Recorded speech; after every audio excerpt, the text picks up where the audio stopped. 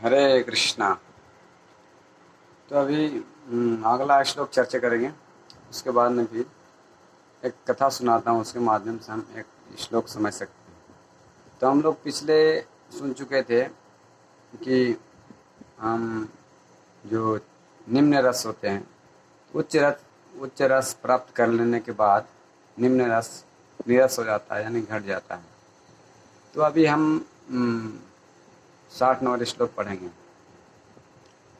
वो जो श्लोक पिछले वाला था वो मतलब जो न्यू डिवोटी होते हैं उनके लिए था, क्योंकि उनको अपने विषय को निग्रह करने के लिए अनेक विधि विधान का पालन करना पड़ता है।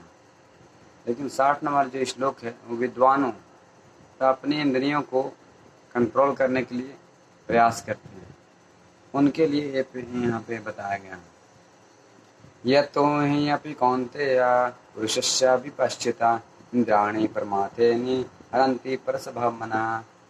हे अर्जुन, इंद्रियां इतनी प्रबल तथा वेगवान हैं कि वे उस विवेकी पुरुष के मन को भी बलपूर्वक हर लेती हैं जो उन्हें वश में करने का प्रयत्न करता हूँ।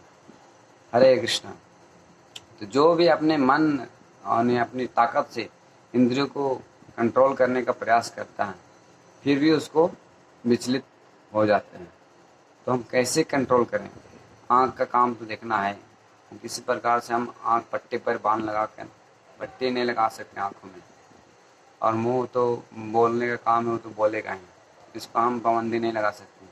हो सकता है 1-2 दिन, 10 दिन, 5 दिन, 1 महीना, 6 महीना बना के रख सकते हैं, लेकिन अंत में आपको मन से तो चलते ही रहती है। आपके बुरे संस्कार या इस जन्म का संस्कार मन में चलते रहते हैं। हो सकता है आँख बंद कर लेंगे, मुंह बंद कर लेंगे, कान बंद कर लेंगे, लेकिन मन को रोकना कठिन है, क्योंकि मन गतिशील चलते ही रहता है। तो मन को रोकना बहुत कठिन है।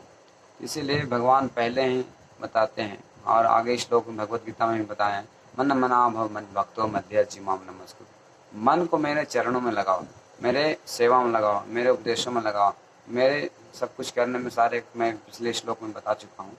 इस प्रकार से एक कथा है। श्रील व्यास देव जी के शिष्य, उनका नाम थे जैमिनी। बहुत से शिष्य थे, लेकिन एक शिष्य का नाम जैमिनी। तो श्रील व्यास देव जी जो अवतार हैं वो साहित्य अवतार हैं, भगवान के साहित्य अवतार। तो अपने शिष्य को बारंबार मतलब स्त्रियों को प्रति, धन संपत्ति के प्रति, भौतिक संपत्ति के प्रति बहुत से समझाते थे। तो जैमिनी ऋषि ने अपने गुरु श्रील वेद व्यास से पूछे कि ये सब बार बार क्यों समझाते हैं? अभी हो गया, पढ़ लिया, इसे कुछ अब विचलित होने वाला नहीं हूँ।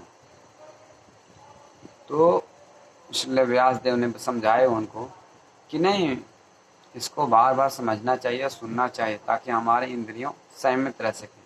हम विद्वान बनकर किसी को अपने इंद्रियों को कंट्रोल नहीं कर सकते जब तक भगवान की सेवा में नहीं लगाएंगे, जब तक कृष्ण भावनामृत को स्वीकार नहीं करेंगे, तब तक हमारी इंद्रियां विचलित होती रहती है। जब तक ये शरीर है तब तक आपको इंद्रियां विचलित करती रहती हैं। इसलिए भगवान को निरंतर हरे कृष्ण महामंत्र का जप करते हैं तो हमारा इंद्रियां, उनके मन उसके प्रति लग जाता है।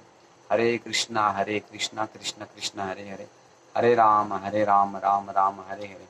और भगवान के बारे में कथा सुनने से हमारे कानों के माध्यम से हृदय स्वच्छ होते हैं और मन उनके प्रति, कथाओं के प्रति, लीलाओं के प्रति, भगवान के प्रति आकर्षित होते हैं। तो मन को लगाना भगवान के प्रति, ऐसा हम अपने कृत्रिम उपाय से मन को कंट्रोल नहीं कर सकते हैं। तो श्रील व्यास जी ने ऐसा समझाया उनको, जैमिनी ऋषि को। तो जैमिनी ऋषि ने बोला ठीक है, कोई बात नहीं है, मैं हो गया, मैं पढ़ लिया, सब कुछ हो गया, मुझे कुछ ऐसा नहीं। तो मान नहीं रहे थे। तो श्रील व्यास जी ने एक बार अपनी एक लीला अपनी शक्ति से, क्योंकि भगवान के अवतार है, साहित्य अवतार, अपनी शक्ति से पूरे आंधी तूफान पूरे रचे। जहाँ पे उस आश्रम थे तो उस समय बहुत आंधी तूफान बारिश होने लगी। तो उस समय जैमिनी ऋषि उधर अपने कुटिया में थे। तो श्रील वेद व्यास जी एक स्त्री के रूप धारण करके उधर से गुजर रहे थे।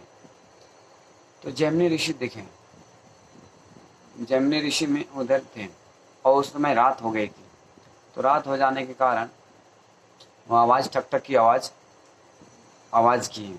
और स्त्री के आवाज़ में बोले जैमिनी ऋषि को, तो बोले कि मुझे, और वो सब सारे भीग गए थे कपड़े, सारे कपड़े भीग गए थे, सारे सारे अंग दिख रहे थे, मतलब कपड़ा भीग जाने के कारण ऐसा दिखता है, तो उस समय दिख रहा था। तो उस नज़र को देख लें पूरे जैमिनी ऋषि ने, तो चिंतन बार बार वही चल रहा है उनके मन में, बार बार वही चल रहा है। तो स्त्री शाम हो जाने के बाद अपने वो जैमिनी ऋषि के आश्रम मतलब कुटिया में जाने के लिए सोच रहे थे कि मैं, अब रात हो गई, मैं कहाँ जाऊँगी, तो मुझे ठहरने की व्यवस्था कीजिए। तो बोले नहीं नहीं नहीं, हम लोग इधर आश्रम, साधु के आश्रम है, इधर नहीं रह सकते हैं, अलाउड नहीं है। तो इस प्रकार से जैमिनी ऋषि बहुत समझाएं। तो बोले कि नहीं नहीं, तो मुझे, अब मैं आपके शरण में आई हूँ, तो मुझे कुछ कीजिए, मैं कहाँ जाऊँगी। दरवाज़ा खटखटा कर फिर भी वो माने नहीं। तो बोले कि ठीक है। हम्म, तो जैमिनी ऋषि को चिंतन कर रहे थे बार बार उस स्त्री के प्रति, तो उनको मन बार बार विचलित हो रहा था। तो एक रूम दे दिया उनको जैमिनी ऋषि ने, उस स्त्री के रूप में धारण करके जो आए थे उनको एक रूम दे दिए कि आप इसमें रहिए, और कोई भी बोले कि खोल दीजिए, आप दरवाज़ा मत खोलिएगा। तो उसको उस एक रूम में दे दिए थे रहने के लिए। तो उनको रात भर वो चिंतन हो रहा था, सारे स्त्री के सारे भींगा हुआ वस्त्र देख लेते अपने नज़रों से। उनका मन बार बार उधर जा रहा था, न नींद आ रही थी न कुछ हो रहा था। तो उनको जैमिनी ऋषि को मतलब धीरे धीरे वो अपने उस स्त्री के प्रति आकर्षित हो गए, और रात में ही उठकर उस स्त्री के प्रति उस रूम में मतलब उस कुटिया में जाने के लिए कोशिश करने लगे। दरवाज़ा खोलो, दरवाज़ा खोलो, दरवाज़ा खोलो। तो उस प्रकार से इस जैमिनी ऋषि ने उस स्त्री को खुलाने की कोशिश कर रहे हैं। तो जैमिनी ऋषि ने बोल रहे खोलो, तो स्त्री बोल रही है कि नहीं नहीं, मुझे माना किया गया है कि मैं दरवाज़ा नहीं खोलेंगी। तो इस तरह से जैमिनी ऋषि को बार बार करने के बाद में फिर जैमिनी ऋषि तो उस कामुक अवस्था में पहुंच गए थे, तो मान नहीं रहे थे। तो वो क्या किए, जैमिनी ऋषि ने ऊपर से छलांग मार करके अंदर रूम में छलांग मार कर कूद गए, क्योंकि काम इतनी प्रबल है। तो इसलिए यहाँ बताया गया है कि यह तो यहाँ पे कौनते पुरुष से विपश्चिता बुद्धिमान इंद्राणी परमात्मा ने हरंती प्रसभा मना, हरंती हर लेता है इसको, बुद्धि को, कुछ काम नहीं करता। यहाँ बता रहा कि कितने प्रबल विद्वान उस विवेकी पुरुष को, मन को भी बलपूर्वक हर लेती है।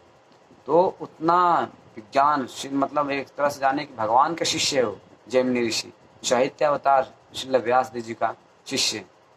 उनको जब इंद्रियों को ग्रसित कर सकता है, तो फिर हम लोग क्या हैं। तो जैमिनी ऋषि देखें तो अंदर कूद पड़े, दरवाज़ा मतलब ऊपर से कूद पड़े। तो ऊपर से कूदे तो देखें और श्रील व्यास देव जी बैठे हैं।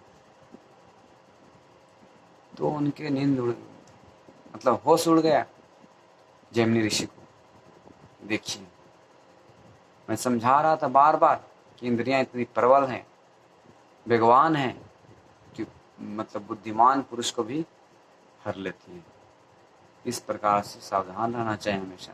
तो कुछ भी नहीं बोल पाए हो जैमिनी ऋषि। तो हम लोग तो साधारण पुरुष हैं, हम लोग का हमेशा भगवान का जप करना चाहिए, भगवान के बारे में सुनना चाहिए, तो हम माया से बच पाएंगे, नहीं तो कोई उपाय नहीं है। माया बारंबार जन्म देगी, शरीर देगी, आपको अच्छी से सेवा करा लेगी। इसलिए भगवान की सेवा हमको लग जाना चाहिए। जैसे भगवान श्री कृष्ण खुद बोलते हैं कि देवी ऐसा गुणमयी माँ माया दुरत्या माम एवं प्रपद्यन्ते वो माया मिता तरंती। मेरे शरण में आओगे तब ये दैवी गुण को पार कर पाओगे, नहीं तो फिर बहुत कठिन है। भगवान खुद बोल रहे हैं जब तक मेरे शरण में आओगे तब तक सुरक्षित रहोगे, नहीं तो उसको कोई पार नहीं पाया, माया से कोई नहीं पार पाया। इसलिए हमको सावधान होकर भगवान के जप कलयुग में बहुत प्रबल है। हरे कृष्ण महामंत्र शक्तिशाली है, क्योंकि माया से भी परास्त कर सकते हैं। जैसे नवाचार्य हरिदास ठाकुर ने माया देवी को भी जीत पाए। क्यों? क्योंकि भगवान का निरंतर जप करते रहते थे, हरे कृष्ण कृष्ण कृष्ण हरे हरे, हरे राम राम राम हरे हरे। इस तरह से हमको जप करना चाहिए, भगवान की कथा सुनना चाहिए, और इस लोगों को बताना भी चाहिए सारे दुनिया में बताना चाहिए, क्योंकि ज़्यादा से ज़्यादा लोग 99% सारे लोग माया से ग्रसित हैं। इसलिए भगवान का ज्ञान बहुत ज़रूरी है, इसको हमको हर लोगों को बताना चाहिए जितना संभव हो सके। ठीक है, हरे कृष्णा।